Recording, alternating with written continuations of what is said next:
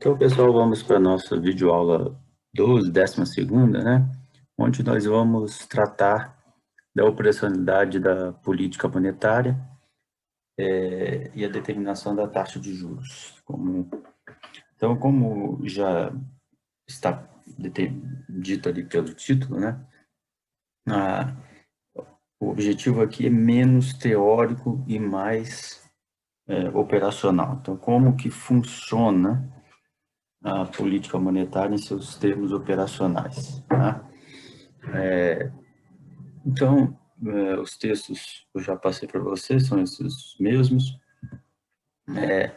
Vamos, então, primeiro pensar o que são os objetivos da política monetária. Aqui, como objetivos da política monetária, ainda está envolvido, assim, um conjunto, né, de aspectos mais teóricos ou relacionados com aquelas teorias que a gente já viu. E diz respeito ao seguinte, bom, a pergunta fundamental é, como objetivo, o que a política monetária pode alcançar? O que se pode alcançar com a política monetária? O que se deseja alcançar? E aí, nós vamos ter respostas diferentes, dependendo das teorias que a gente aceita ou segue, né?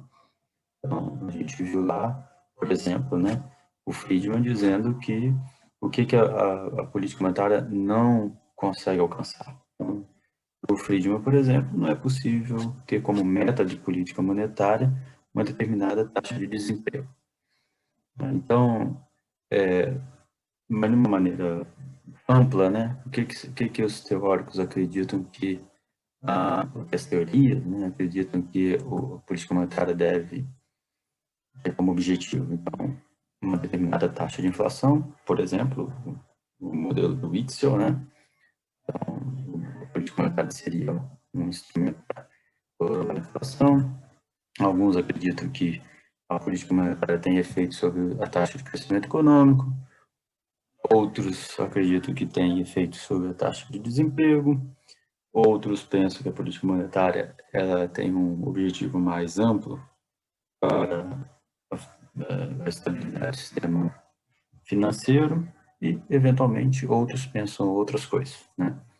Então, aqui, nós não vamos tratar exatamente de objetivos da política monetária. Quando a gente fala de objetivos, nós vamos falar de objetivos operacionais, que seriam objetivos dentro da própria política. Esses aqui que nós estamos vendo aí, eles seriam objetivos mais amplos, né? Objetivos mais do sistema econômico. E aqui nós vamos analisar objetivos operacionais, ou metas operacionais da política monetária. Então, a, a política monetária vai ter, tem, né, dispõe de um conjunto de instrumentos e que serão, esses instrumentos serão operados, digamos assim, né, operados pelo Banco Central para atingir o que a gente chama de metas intermediárias. Então, objetivos finais a gente já viu lá, não vamos discutir muito. As metas intermediárias seriam essas metas operacionais. Então, as metas intermediárias ou metas operacionais, elas só podem ser de duas naturezas aqui no que a gente está tratando. Claro que o Banco Central pode fazer muitas outras coisas, mas as que nos interessam aqui ou o Banco Central vai operar os seus instrumentos para determinar uma taxa de juros básica da economia ou vai afetar os agregados monetários. Agora, as metas operacionais, então essas são as metas intermediárias. As metas operacionais, então, quais são os mecanismos que o Banco Central vai utilizar, qual taxa de juros, qual agregado monetário que ele vai utilizar para atingir suas metas operacionais, né? E depois as metas objetivas, né? Então, eu já disse mais de uma vez para vocês, mas vou repetir aqui que é importante. O Banco Central ele só pode escolher ou taxa de juros ou agregados monetários. Ele não pode escolher as duas coisas.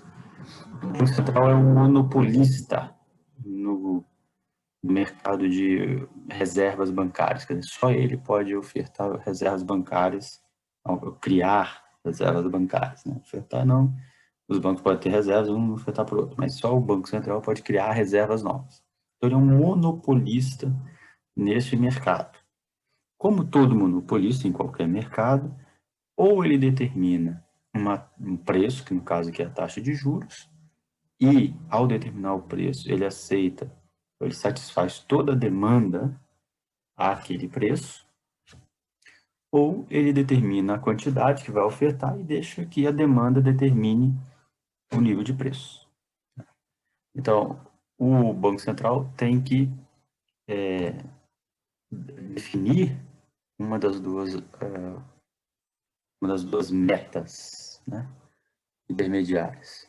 E no caso prático, né, na vida prática, os bancos centrais só podem definir a taxa de juros. A gente já discutiu isso em outras vezes, né? Mas os bancos centrais definem a taxa de juros, porque se eles deixassem a demanda definir a quantidade se ele deixasse a demanda, né, por reserva definir a taxa de juros ia flutuar, a taxa de juros de curto prazo ia ficar flutuando e o Banco Central perderia a política monetária que se dá através da taxa de juros. Né? Então, efetivamente, a meta é a taxa de juros e não a quantidade de moeda em nenhum lugar do planeta. Então, e aí podemos voltar ao nosso glorioso Keynes, ver o que ele nos diz sobre o assunto. Ele fala lá no capítulo 15, vocês podem ler de novo. A autoridade monetária controla com facilidade a taxa de juros a curto prazo, não só pelo fato de não ser difícil criar convicção de que sua política não mudará sensivelmente em um futuro muito próximo, né? Não só porque ele pode criar convicção de que não vai mudar essa taxa de juros no curto prazo, como também em virtude da possível perda ser pequena quando comparada com o rendimento corrente. Mas a taxa a longo prazo pode mostrar-se mais recalcitrante no momento em que caia a um nível em que, com base na experiência passada e nas expectativas correntes, a política monetária futura, a opinião abalizada considera insegura. Então, o Keynes diz que é muito fácil para o Banco Central controlar a taxa de juros de curto prazo, nem tanto assim em relação à taxa de longo prazo, que pode ser considerada insegura em algum momento. Agora, mesmo no longo prazo, a opinião pública, entretanto, é suscetível de acostumar-se com bastante rapidez a uma baixa moderada taxa de juros e, consequentemente, podem modificar suas expectativas convencionais quanto ao futuro, preparando-se assim o caminho para o novo movimento até certo ponto. Ou seja, o Banco Central tem o poder, inclusive, de estabelecer uma convenção firme sobre as taxas de juros de longo prazo. Mas, com facilidade, ele determina ou controla a taxa de juros de curto prazo. Então, isso a determinação da taxa de juros de curto prazo é fundamental, porque ela vai orientar todas as taxas de juros e preços de títulos financeiros no sistema financeiro e monetário. Então, a taxa básica de juros é o padrão a partir do qual todas as demais taxas são estabelecidas, de todos os ativos. Okay? Então, onde é formada a taxa básica? Ela é formada no chamado mercado de reservas bancárias, e o Banco Central tem um papel central, desculpa, cacofonia, na determinação da taxa de juros nesse mercado de reservas bancárias. O mercado de reservas bancárias a gente já conhece, né? É um mercado em que envolve dois aspectos, né? Uma da relação dos bancos com o Banco Central e com o Tesouro, e uma relação entre os próprios bancos, quer dizer, todos os pagamentos dos bancos com o Banco Central e o Tesouro são realizados por meio das reservas bancárias, todos.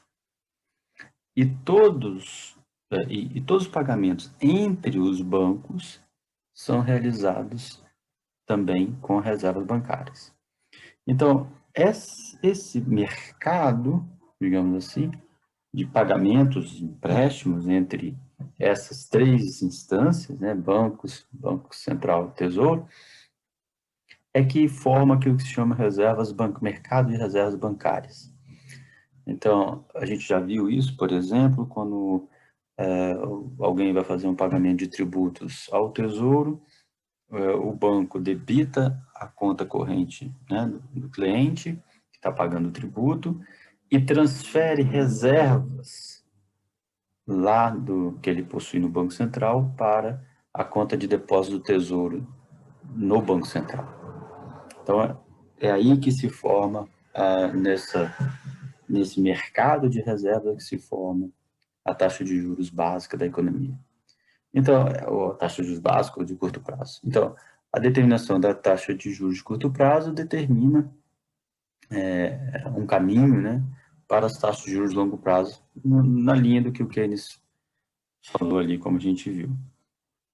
Então, isso estabelece, né, a estrutura termo da taxa de juros, que são as várias taxas de juros para vários ativos diferentes e para vários prazos, né, de vencimento diferentes, né?